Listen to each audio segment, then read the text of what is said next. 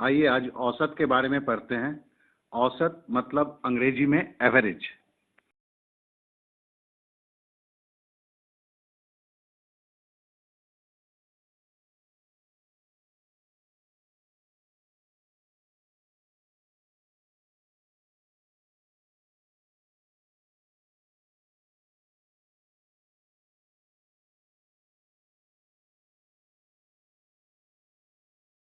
इसमें हमें तीन शब्द मिलेंगे: औसत, टर्म, संख्याओं का जोगफल।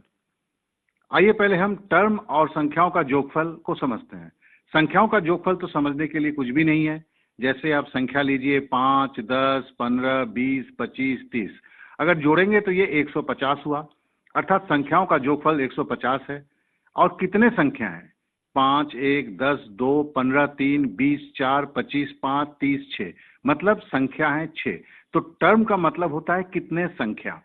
तो अगर हम औसत निकालेंगे तो क्या करेंगे? संख्याओं का जोगफल बटे टर्म, अर्थात 150 बटे 6 बराबर हुआ 25। हो गया, आपका निकल गया औसत।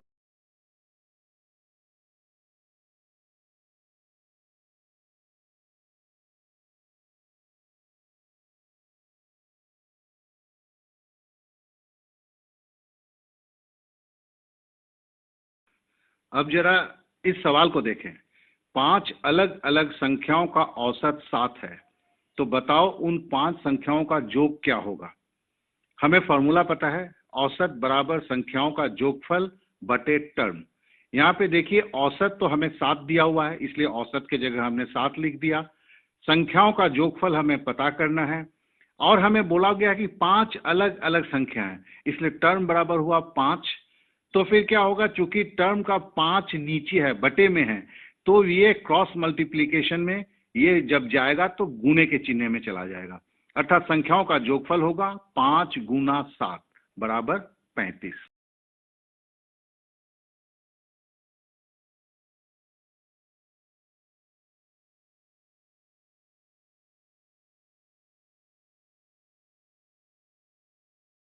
अब जरा इस सवाल को देखें। श्याम की आयु 18 वर्ष, मोहन की 7 वर्ष और रोहन की 8 वर्ष है, तो उन तीनों का औसत आयु कितनी होगी? देखिए, यहाँ पे औसत आयु पूछा गया है, तो हमें औसत निकालना है।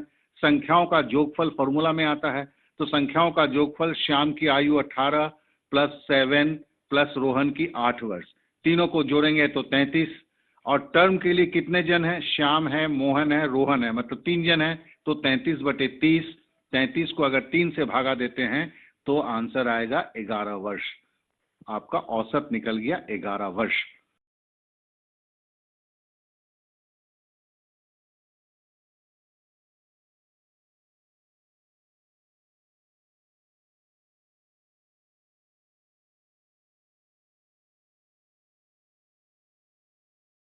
नेक्स्ट सवाल है, 5 बच्चों की औसत आयु 12 वर्ष है, उनमें से 4 बच्चों की औसत आयु 14 वर्ष है।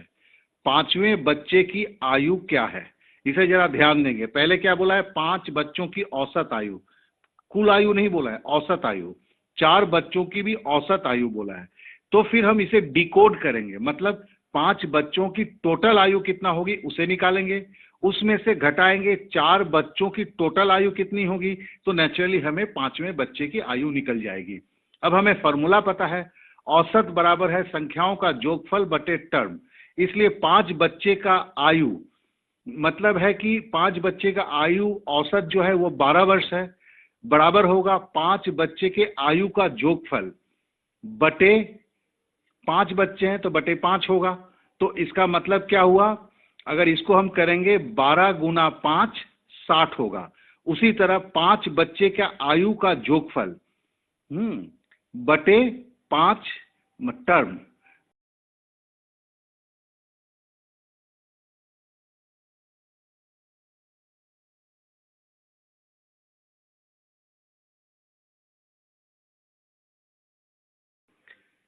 अब जरा नए सवाल पे आते हैं। 5 संख्याओं का औसत 6 है, यदि इनमें से एक संख्या 6 निकाल दिया जाए तो शेष 4 संख्या का औसत क्या होगा? हमें जब भी हम औसत की ये करते हैं, मैथ करते हैं, तो हम जानते हैं कि इसमें तीन ही चीज पर सारा चीज डिपेंड करता है। क्या है? औसत, संख्याओं का जोगफल और टर्म।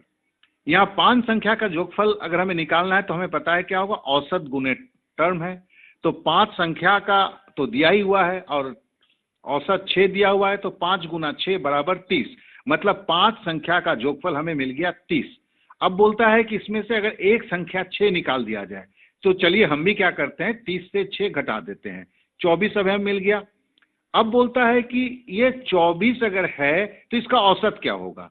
तो हमें क्या है कि ये 4 संख्या का जोगफल 24 है और टर्म कितना है? 4 है। चूंकि 4 संख्या का जोगफल बोला जा रहा है तो औसत निकालना बड़ा आसान है, हम 24 को 4 से भागा दे देते हैं, तो नेचुरली हमें आंसर क्या मिल जाता है? 6। तो आंसर हुआ 6। हेलो स्टूडेंट्स, अगर आपको मेरे पढ़ाने का शैली अच्छा लग रहा है तो आप मेरे ऑनलाइन मैथ इंग्लिश कोर्स में ज्वाइन कर सकते हैं। चार्जेस है 100 से 200 रुपीज पर मंथ, जो मेरे को लगता है दुनिया का सबसे लोएस्ट चार्ज है। विस्तृत जानने के लिए आप मुझे ईमेल करें ddclass.tata@gmail.com। जान लीजिए, पहले 7 दिन का डेमो क्लास जो है वो 100% फ्री। मेल में लिखेंगे यूट्यूब ऑनलाइन क्लास, फिर आपका नाम दे दें, शहर कहां से हैं, आपका ईमेल आईडी दें और मोबाइल नंबर देके मुझे मेल कर दें, फिर आप क्लास में इंक्लूड हो जाएंगे।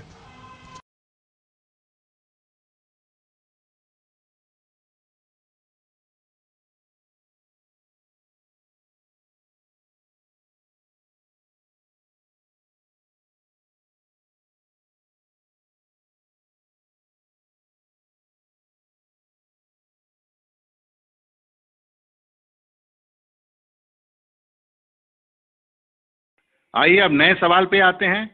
5 संख्याओं का औसत 14 है, इनमें से शुरू का 3 संख्याओं का औसत 15 है, तो बताएं कि अंत के 2 संख्याओं का औसत क्या होगा। हम पहले भी बोल चुके हैं कि जब औसत का हमें सवाल का हमें निर्धारण करना पड़ता है, क्योंकि औसत में 3 ही चीज होते हैं, या पहला औसत है, दूसरा संख्याओं का जोगफल है, तीसरा टर्म है। यहाँ पे हमें क्या है, देखिए पहले में 5 संख्या और औसत 14 बोला हुआ है, तो नेचुरली हम इससे 5 संख्याओं का जोगफल निकाल सकते हैं। दूसरा जो पार्ट है क्वेश्चन का, उसमें देखिए 3 संख्या है और औसत 15 है, तो अगर इनमें भी गुना कर देते हैं तो हमें 3 संख्याओं का जोगफल निकल जाता है। तो चलिए पहले हम उसको करते हैं। 5 संख्याओं का जोगफल बराबर क्या होगा? औसत गुने टर्म। संख्या 5 मतलब टर्म 5 है, औसत दिया हुआ है 14, 14 को 5 से गुना करेंगे तो क्या होगा? 70। अब 3 संख्याओं का जोगफल के बारे में बोला गया है। 3 संख्याओं का जोगफल हम कैसे निकालेंगे? 3 टर्म मतलब 3 हो गया और औसत 15 बोला ही हुआ है, 15 को 3 से हम गुना किए तो 45 हुआ। अब जरा सोचिए, 5 संख्याओं के जोगफल से अगर 3 संख्याओं का जोगफल हम घटाएंगे तो क्या हमें मिलेगा? नेचुरली 2 संख्याओं का जोगफल ही बचा हुआ रहेगा। अब 2 संख्याओं का जोगफल बराबर हो गया 25। अब देखिए टर्म हमें 2 है और संख्याओं का जोगफल क्या मिला है? 25 है, और हम जानते हैं कि संख्या के जोगफल बटे टर्म क्या होता है? औसत हो जाता है। तो नेचुरली अगर हम 25 को 2 से भागा दे देते हैं तो हमें 12.5, क्योंकि 12 दूनी 24, 1 बचा 1 बटे 2, तो 12.5, 12.1 बटे 2, ये 2 संख्याओं का औसत होगा जो हमें पूछा गया।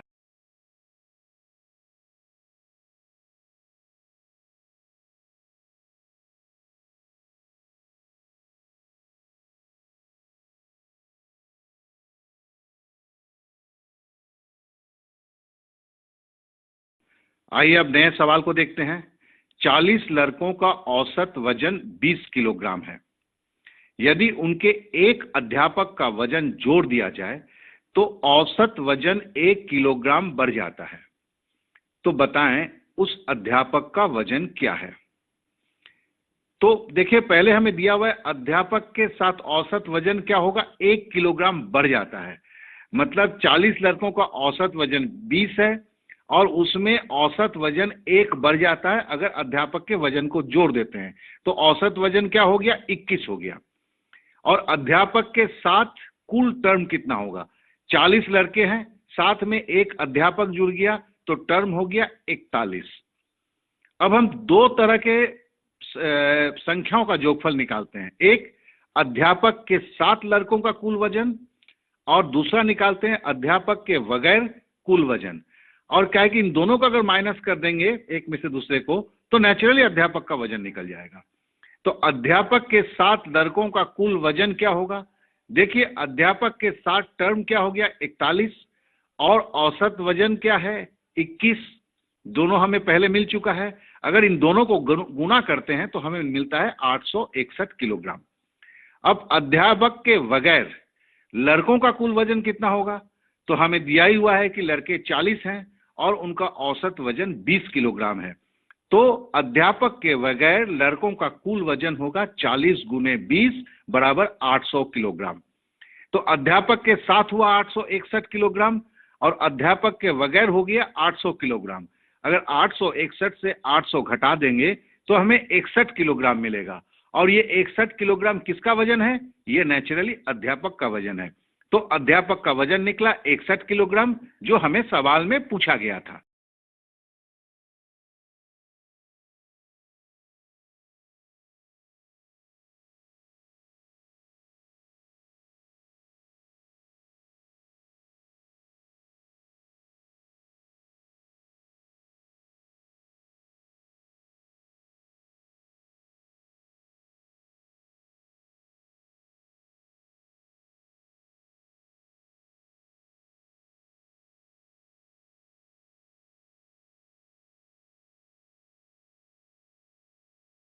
आइए इस नए सवाल को देखें।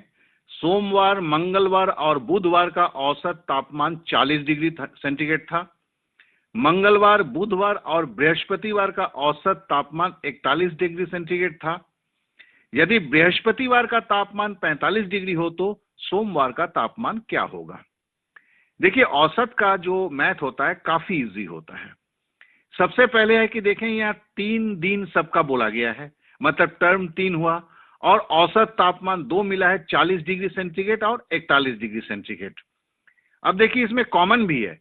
सोमवार, मंगलवार और बुधवार में, साथ ही उसके साथ अगर आप तुलना करेंगे मंगलवार, बुधवार और बृहस्पतिवार, देखें मंगल मंगल कॉमन है, बुध बुध कॉमन है। तो पहले हम जब ये कॉमन को हटा के हमें कुछ मिल सकता है, इसलिए हम घटाव की प्रक्रिया में जाएंगे। घटाव में जबकि हम करेंगे तो नेचुरली ज्यादा से हम कम करेंगे। इसलिए क्या करेंगे, मंगलवार, बुधवार और बृहस्पतिवार का कुल तापमान निकालेंगे, क्योंकि हमें औसत पता है और टर्म 3 दिन है।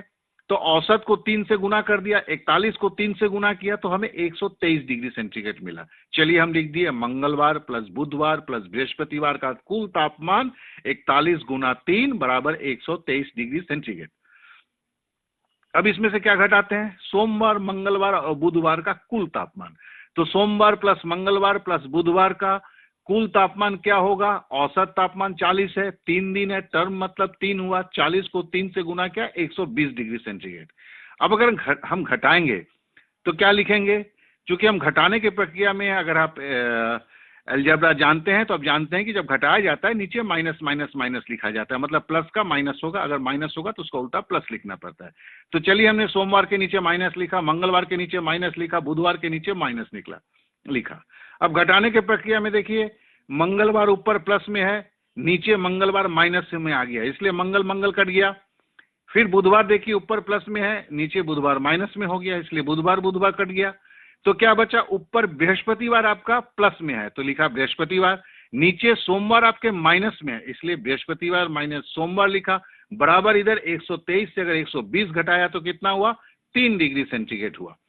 अब बोला गया है कि बृहस्पतिवार का तापमान 45 डिग्री सेंटीग्रेड दिया हुआ है, इसलिए बृहस्पति की जगह पे हमने 45 डिग्री लिख दिया। तो 45 डिग्री माइनस सोमवार बराबर 3 डिग्री सेंटीग्रेड। तो सोमवार बराबर क्या होगा? नेचुरली क्या होगा, अगर हम क्रॉस मल्टीप्लीकेशन करते हैं, सोमवार को उस साइड में ले जाएंगे 3 डिग्री सेंटीग्रेड की जगह पे, तो सोमवार माइनस से प्लस में हो जाएगा। और 3 डिग्री सेंटीग्रेड अगर चूंकि प्लस में है, तो अगर इसे हम इधर लेके आएंगे 45 की तरफ, तो ये क्या होगा? 45 प्लस में था इसलिए माइनस हो गया, तो 45 माइनस 3 हो गया। तो 45 माइनस 3 हो गया तो कितना हो गया? 42 डिग्री सेंटीग्रेड।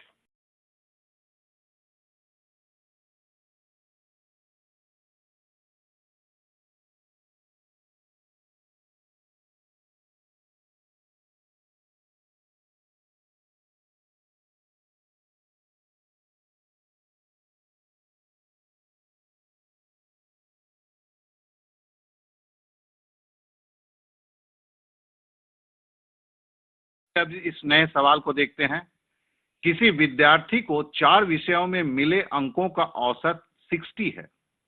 यदि 5वें विषय में उसे 40 अंक मिले तो उसका 5 विषयों का औसत क्या होगा। बड़ा आसान सा सवाल है और ये औसत का सवाल तो आसान होता ही है। 4 विषयों का मिला कुल अंक हमें निकालना है, क्या कि हम जानते हैं कि अगर हमें औसत मिलता है, जैसे यहाँ 4 विषयों का 60 औसत बोला हुआ है, तो औसत भी मिल गया है, टर्म भी मिल गया है। तो हमें 4 विषयों का मिला कुल अंक बराबर क्या होगा, 4 गुना औसत बराबर 4 गुना 60 जो दिया हुआ है। तो 4 को अगर 60 से गुना करेंगे तो 240 हुआ। अब सवाल में दिया है कि 5वें विषय का अंक जो है वो है 40, तो हम नीचे लिख दिए 5वें विषय का मिला अंक 40। अब तो 5 विषयों का टोटल कुल प्राप्त अंक कितना होगा, नेचुरली 240 प्लस 40 दोनों को जोड़ेंगे तो 280। हमें सवाल में क्या पूछा गया था, 5 विषयों का औसत क्या होगा। तो औसत का मतलब है 5 विषयों का जोगफल जो हमें मिला हुआ है 280। अब 5 विषय अगर बोल रहा है तो टर्म कितना है, 5 हुआ। तो 280 को 5 से अगर भाग देंगे तो हमें क्या मिल जाएगा, औसत मिल जाएगा। तो 280 को अगर 5 से भागा देते हैं तो 56 होता है। तो 5 विषयों का जो औसत जो पूछा गया है वो कितना होगा, 56।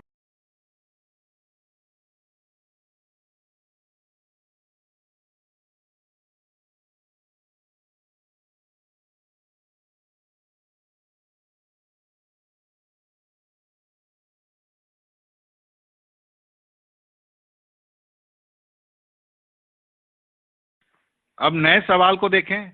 8 मजदूरों का दैनिक आय 35 रुपए है। 2 अन्य मजदूर आय क्रमशः 50 और 60 रुपए है। तो बताएं तो 10 मजदूरों का औसत दैनिक आय क्या होगा। तो हम जानते हैं कि इसमें भी वही पहले कुल आय निकालना है। 8 मजदूर का कुल आय कितना होगा, टर्म गुने औसत। 8 बोला ही जा रहा है तो 8 हुआ, औसत 35 दिया हुआ है तो वह 8 गुने 35 बराबर 280। फिर बोलता है 2 मजदूर अलग से उसमें जोड़ा जा रहा है जिसके आय है, दैनिक आय है 50 रुपया और 60 रुपया। तो मतलब 50 रुपया और 60 रुपया को एक साथ लिखा तो बराबर हुआ 110 रुपया। तो 280 के साथ 110 अगर जोड़ते हैं तो हो गया 390 रुपया। अर्थात 10 मजदूर का डेली का जो इनकम है वो 390 रुपया है। अब इसका औसत निकालना है तो टोटल इनकम कुल आय है 390 रुपया और मजदूर की संख्या कितनी है, 10, मतलब टर्म हुआ 10। तो 390 बटे 10 बराबर क्या हो गया, 39 रुपया। वर्क एंड टाइम पर मैंने 2 वीडियो YouTube में अपलोड किया हुआ है, आप उसे जरूर देखें। आप YouTube में जाके सर्च करें work and time DD academy, या आप जो लिंक हमने यहां दिया हुआ है स्क्रीन पर उसे पेस्ट कर दें तो आपको मेरा वीडियो मिलेगा। ये वीडियो को देखेंगे और मेरा दावा है कि आप जरूर उसे पसंद करेंगे।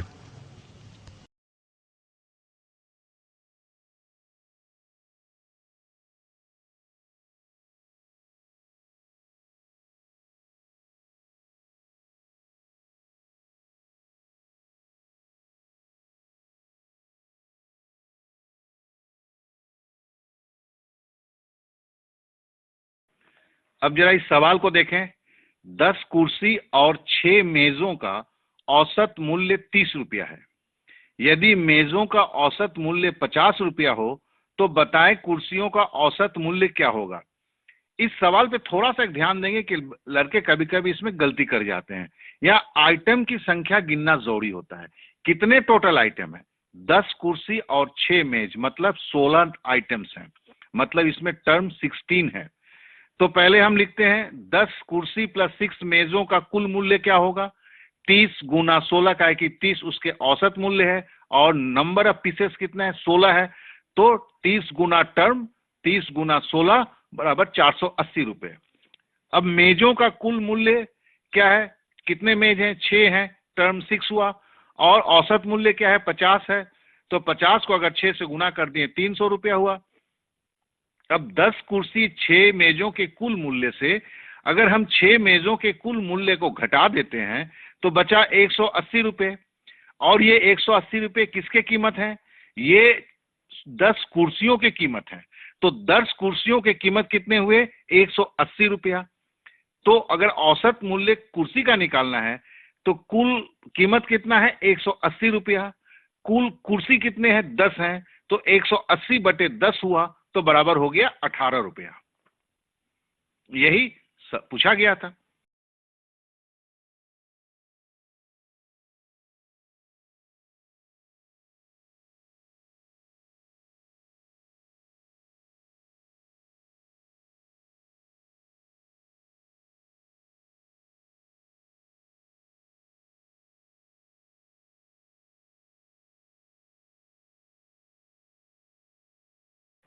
आइए अब नए सवाल पे आते हैं। 9 संख्याओं का औसत 50 है। यदि प्रथम 4 संख्या का औसत 52 है तथा अंतिम 4 संख्या का औसत 49 है, तो बताइए पांचवी संख्या का क्या मान होगा। सिंपल सा है यार कि 9 संख्या का अगर औसत को मारो गोली, अगर हमें टोटल जोगफल मिल जाए और उसमें से प्रथम 4 संख्या का जोगफल को माइनस करें, फिर लास्ट के 4 संख्याओं को माइनस करें, तो कौन सी संख्या बच जाएगी? पांचवी संख्या ही बच जाएगी, क्योंकि 9 से -4 तो 4 4 8 हो गए, घट गया तो एक ही बचेगा, वो पांचवा ही संख्या होगा। अब तो नेचुरली क्या हमें चाहिए? 9 संख्या का कुल योग चाहिए। तो देखो टर्म तो 9 है, औसत 50 दिया हुआ है, तो पहले लिखे 9 संख्या का कुल योग टर्म गुना औसत बराबर 9 गुना 50 बराबर 450। अब प्रथम 4 संख्या का कुल योग, तो टर्म गुना औसत, 4 संख्या बोला है तो 4, औसत 52 दिया हुआ है, 52 को 4 से गुना किया 208। फिर अंतिम 4 संख्या का कुल योग निकालते हैं, टर्म 4 है, औसत दिया हुआ है 49, 49 को 4 से गुना किया 196। अब प्रथम 4 संख्या का कुल योग और अंतिम 4 संख्या का कुल योग को हम जोड़ देते हैं, तो ये हुआ 404। तो 9 संख्या का कुल योग है 450 और 8 संख्याओं का कुल योग है 404। घटा दिया, घटाने के मतलब हुआ 450 से 404 घटाया तो हमें 46 मिला। ये 46 कौन सी संख्या है? ये पांचवी संख्या है, क्योंकि 9 संख्या से अगर 8 संख्या घटा देंगे तो एक ही संख्या बचेगा, और वो बीच वाला पांचवी संख्या है, क्योंकि पहले की 4 संख्या और अंतिम के 4 संख्या को अगर हमने घटाते हैं तो कौन सी संख्या बचेगी? पांचवी संख्या है, और इसे ही हमें सवाल में पूछा गया था।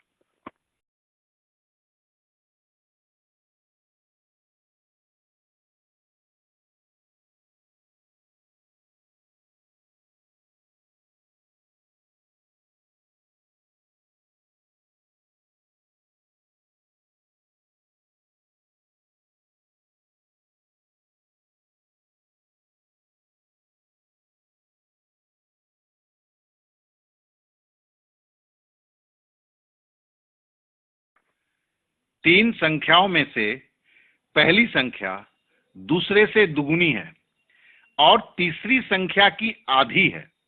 यदि तीनों संख्या का औसत 56 हो तो बताएं वो संख्याएं क्रमशः क्या क्या हैं, मतलब क्या है। तो देखिए यहां पे चूंकि है कि थोड़ी सी पहेली है, तो और इसे हम थोड़ा अलजेब्रा के टाइप में करना चाहते हैं, तो हम मान लेते हैं कि पहली संख्या को हम 2x मानते हैं। क्यों? क्योंकि अगर 2x क्यों मानते हैं? क्योंकि दूसरी संख्या से पहली संख्या दुगुनी होगी, तो नेचुरली हमको दूसरी संख्या हम x लेंगे। तो दूसरी संख्या हुई x, पहली संख्या हो गई 2x। और क्या बोलता है? तीसरी संख्या की आधी है। कौन सी तीसरी संख्या की आधी है? पहली संख्या तीसरी संख्या की आधी है। तो पहली संख्या अगर 2x होगा तो तीसरी संख्या क्या होगा? 4x होना होगा, क्योंकि 4x का आधा ही होता है 2x। तो मतलब हमें मिल गया 3 संख्या, पहला संख्या 2x, दूसरा संख्या x और तीसरा संख्या 4x। अब बोलता है तीनों संख्याओं का जोड़, क्योंकि हमें अगर औसत में जाना है तो जोड़ना ही है, तो हम जोड़ते हैं 2x plus x plus 4x बराबर 7x होता है। और तीन संख्याओं का जोड़, देखिए अब यहां तो हमें 7x मिला, और ऐसे भी हमें तीन संख्याओं का जोड़ औसत के हिसाब से मिलता है, क्योंकि औसत हमें दिया हुआ है कितना?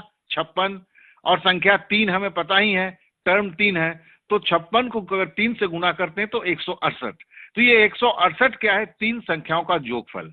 अगर हम संख्या को 2x, x और हम क्या कहते हैं 4x लेते हैं, तो इनका जोगफल भी 7x है। तो कहने का मतलब है 7x बराबर हो जाता है तब 168। तो x बराबर क्या होगा, 168 को अगर 7 से भागा दे देंगे तो x का मान निकल जाएगा। तो यहां निकला x का मान 24। तो x की संख्या कौन सी थी, x की संख्या देखिए हमारी दूसरी संख्या थी, मतलब दूसरी संख्या x है और x हमें मिला क्या मान 24। तो दूसरी संख्या हमें 24 है, पहली संख्या दूसरी संख्या की दुगुनी है तो ये 48 हुआ, और तीसरी संख्या क्या है, पहली संख्या की दुगुनी है, तो मतलब ये हुआ 48 गुने 2 बराबर 96, और यही हमसे पूछा गया था।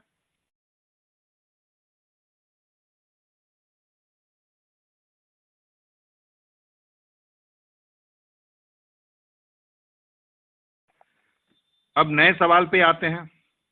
ए, बी, सी एवं डी की 5 वर्ष पूर्व, ध्यान देंगे 5 वर्ष पूर्व औसत आयु 45 वर्ष था। अब ई भी उसमें शामिल हो जाता है, अब ई भी उसमें शामिल हो जाता है। अब उनके पांचों की औसत आयु 49 है। बताएं कि ई की वर्तमान आयु क्या है। देखिए इस तरह का थोड़ा सा इससे मिलता जुलता सवाल हम कर चुके हैं, केवल यहां पे एक ही लफड़ा है, वो है 5 वर्ष पहले। तो पहले हम क्या करेंगे, 5 वर्ष पहले ए, बी, सी एवं डी का आयु का योग कितना होगा। तो देखिए हमें आयु का योग निकालना अभी तक तो बहुत कर चुके हैं, क्योंकि हमें 45 हमें दिया हुआ है औसत, और कितने जन है, 1 2 3 4, ए बी सी डी 4 जन है। तो 45 गुने 4 बराबर 180 वर्ष हुआ। ये जो 4 जन के जो उम्र का जोगफल है 180 वर्ष, ये कब का है, आज का नहीं है, ये 5 साल पहले का है। तो वर्तमान में ए बी सी डी के आयु का योग क्या होगा, 180, और 4 जन है, प्रत्येक जन का 5 वर्ष के पहले का है, तो 5 वर्ष के इसको 4 से अगर गुना करेंगे तो कितना मिलेगा, 20 साल। तो मतलब 5 साल पहले ए, बी और सी और डी की उम्र जो है वो 4 जन का कितना होगा, 4 गुने 5 20, 180 5 साल तक का था, और 5 साल से पहले से अब तक में और 20 साल जुड़ेंगे तो कितना हुआ, 200 साल। तो ए बी सी डी का 200 साल मिला। और क्या बोलता है कि आज A B C D E मतलब 5 जन हो गए, 5 जन के आयु का योग कितना होगा। तो हमें देखिए औसत 39 दिया है, उसे हम 5 से गुणा कर दिए तो 245। तो 245 है क्या, उसमें कौन कौन है, ए है, बी है, सी है, डी है, ई है, 245। और ए बी सी डी ये 4 जन का कितना है, 200 वर्ष। तो नेचुरली ई का आयु निकल जाता है, ई का आयु बराबर हुआ 245 माइनस 200 बराबर हुआ 45 वर्ष, जो हमसे पूछा गया है। हेलो स्टूडेंट्स, अगर आपको मेरे पढ़ाने का शैली अच्छा लग रहा है तो आप मेरे ऑनलाइन मैथ इंग्लिश कोर्स में ज्वाइन कर सकते हैं। चार्जेस है 100 से 200 रुपीज पर मंथ, जो मेरे को लगता है दुनिया का सबसे लोएस्ट चार्ज है।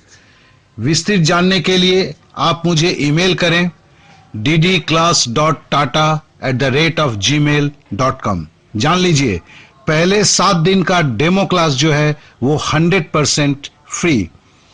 मेल में लिखेंगे यूट्यूब ऑनलाइन क्लास, फिर आपका नाम दे दें, शहर कहां से हैं, आपका ईमेल आईडी दें और मोबाइल नंबर देके मुझे मेल कर दें, फिर आप क्लास में इंक्लूड हो जाएंगे।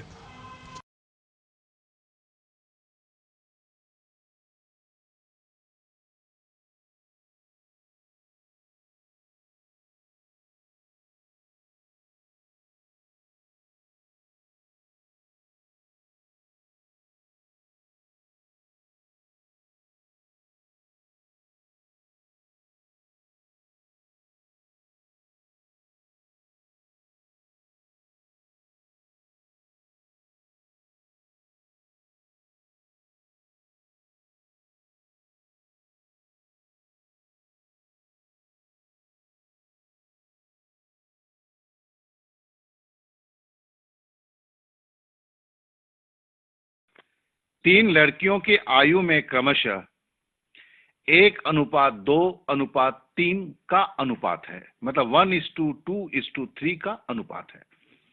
यदि उनकी औसत आयु 12 वर्ष है तो बताएं कि सबसे छोटी लड़की की आयु कितनी होगी।